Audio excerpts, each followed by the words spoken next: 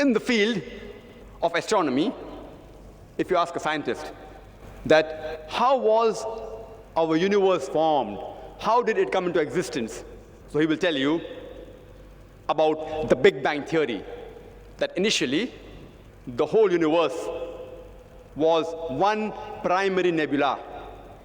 Then there was a secondary separation, which gave rise to galaxies, which further split to form things such as our solar system, which gave rise to planets, the sun, and the present Earth which we live in.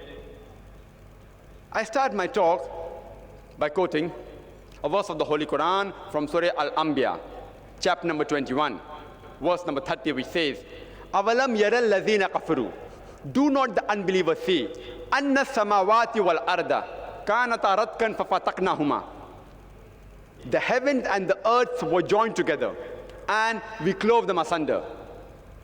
This verse of the Holy Quran speaks about the Big Bang theory in a nutshell. Imagine what we came to know today, the Holy Quran mentions 1400 years ago. And the Quran also says in Surah Fussilat, chapter 41, verse number 11, that moreover, in his design, he comprehended the sky, and it had been smoke.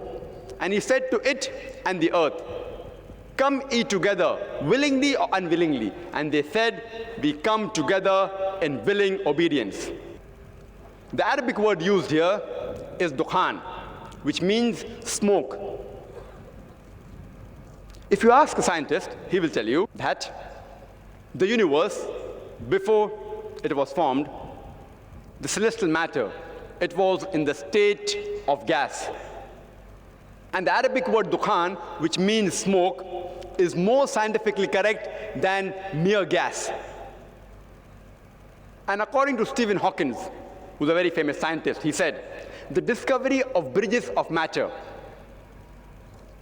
in the space is the biggest discovery of the century, which gives us undisputable evidence of the creation of the universe and the Big Bang theory. Previously, the people thought that the world we live in, it is flat. And they were afraid to venture too far lest they would fall over. It was only in 1577 when Sir Francis Drake, when he sailed around the earth, he proved that the world was spherical. The Quran mentions in Surah Luqman, chapter number 31, verse number 29, "Alam tara anna Allaha yuliju layla fil nahari wa yuliju nahara fil layli." It is Allah that merges the night unto the day and merges the day unto the night. Merging is a slow and gradual process. The night slowly and gradually changes to day, and the day slowly and gradually changes to night. This phenomena is only possible if the shape of the earth is spherical. It's not possible if it's flat. If it was flat, there will be a sudden change. The Quran says in Surah Al-Zumar, chapter number 39, verse number 5, it says, "Huwa alladhi khalaqa samawati bil haqqi." It is Allah who has created the heavens and the earth in true proportion. And he overlaps and coils the night unto the day, and overlaps or coils the day unto the night. The Arabic word used is kawara, which means overlapping or coiling. How you coil a turban around the head, how you overlap a turban around the head. This phenomena of the night overlapping and coiling over the day is only possible if the shape of the earth is spherical. It's not possible if the shape of the earth is flat. There will be a sudden change. The Holy Quran further says in Surah Naziyat, chapter number 79, verse number 30, it says, "Wal ard ba'da zalika dahaha." And thereafter we have made the earth egg-shaped. The Arabic word dahaha comes from the root word dhuya, meaning an egg shape. And it does not refer to any normal egg. It specifically refers to the egg of an ostrich. And today we know that the world is not completely round like a ball. It is geospherical. It's slightly flattened from the top and bulging from the center. It's geospherical.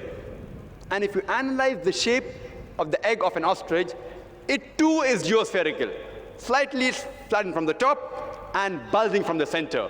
So the Holy Quran describes the exact geospherical earth 1400 years ago. Previously, we thought that the light of the moon is its own light. It's recently we discovered that the light of the moon is reflected light of the sun. The Quran says in Surah Furqan, chapter number 25, verse number 61, "Blessed is he who has created the constellations in the sky and placed therein a lamp, and moon having borrowed light."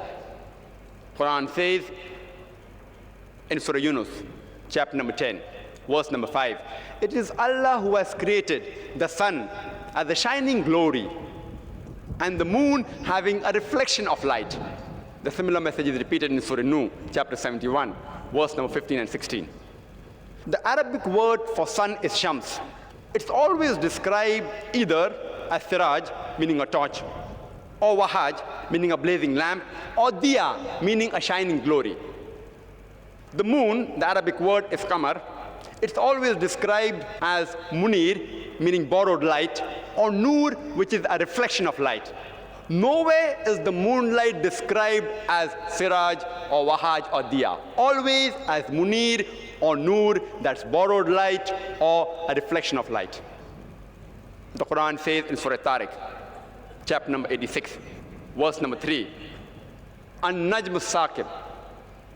The Arabic word for the star is najam. Is described as saqib. Its light is described as saqib. It pierces the darkness and consumes itself. Previously, the Europeans, they thought that the earth stood dead in the center of the universe, and all the planets, including the sun, it revolved around the earth.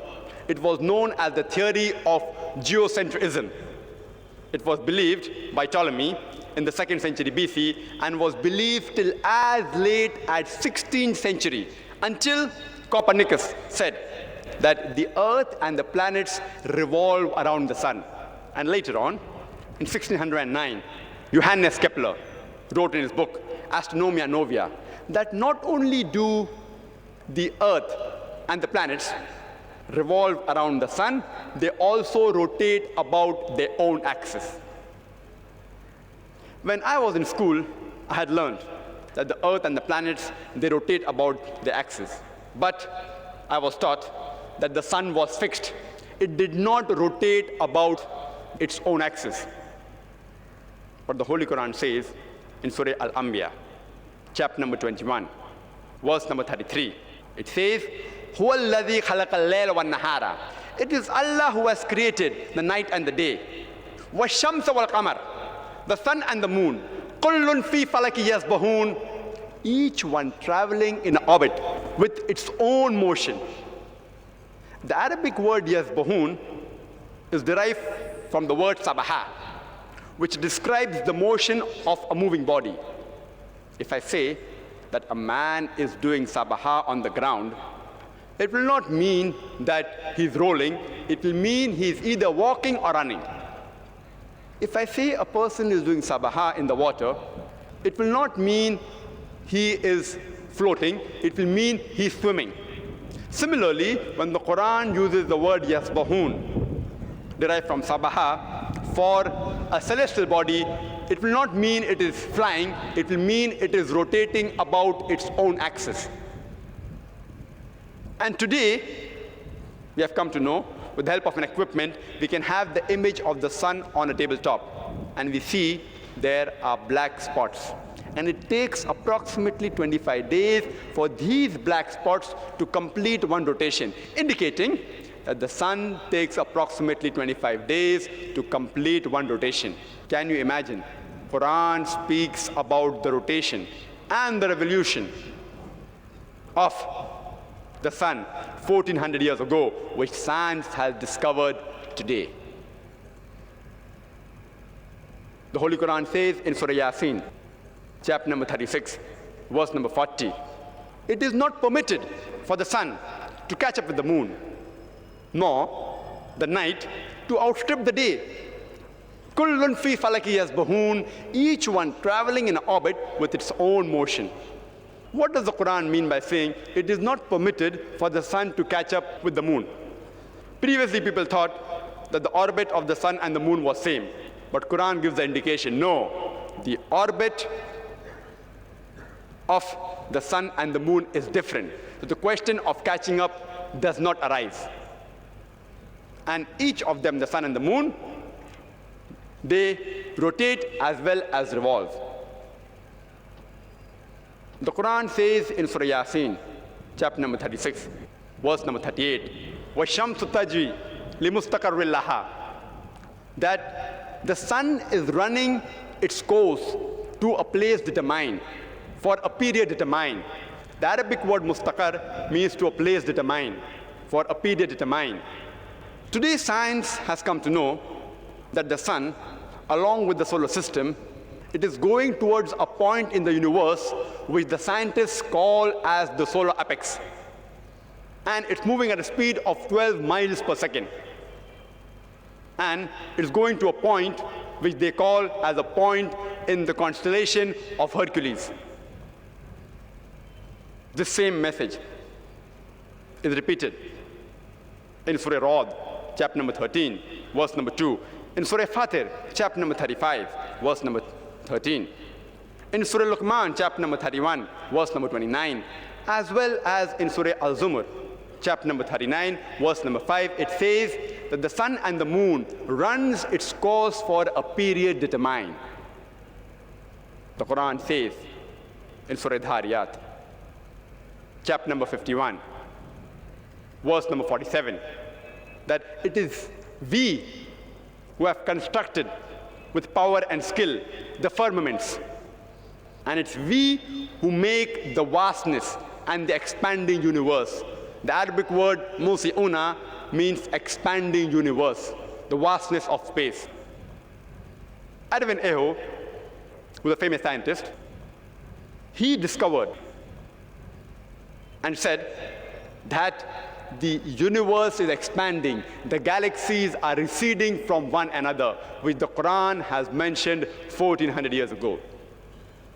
There may be some people who say, it's nothing great that the Holy Quran speaks about astronomy, since the Arabs, they were very well advanced in the field of astronomy. I would like to bring to the notice that it was centuries after the Holy Quran was revealed that the Arabs became advanced in astronomy. So it is from the Quran that the Arabs learned about astronomy and not the vice versa.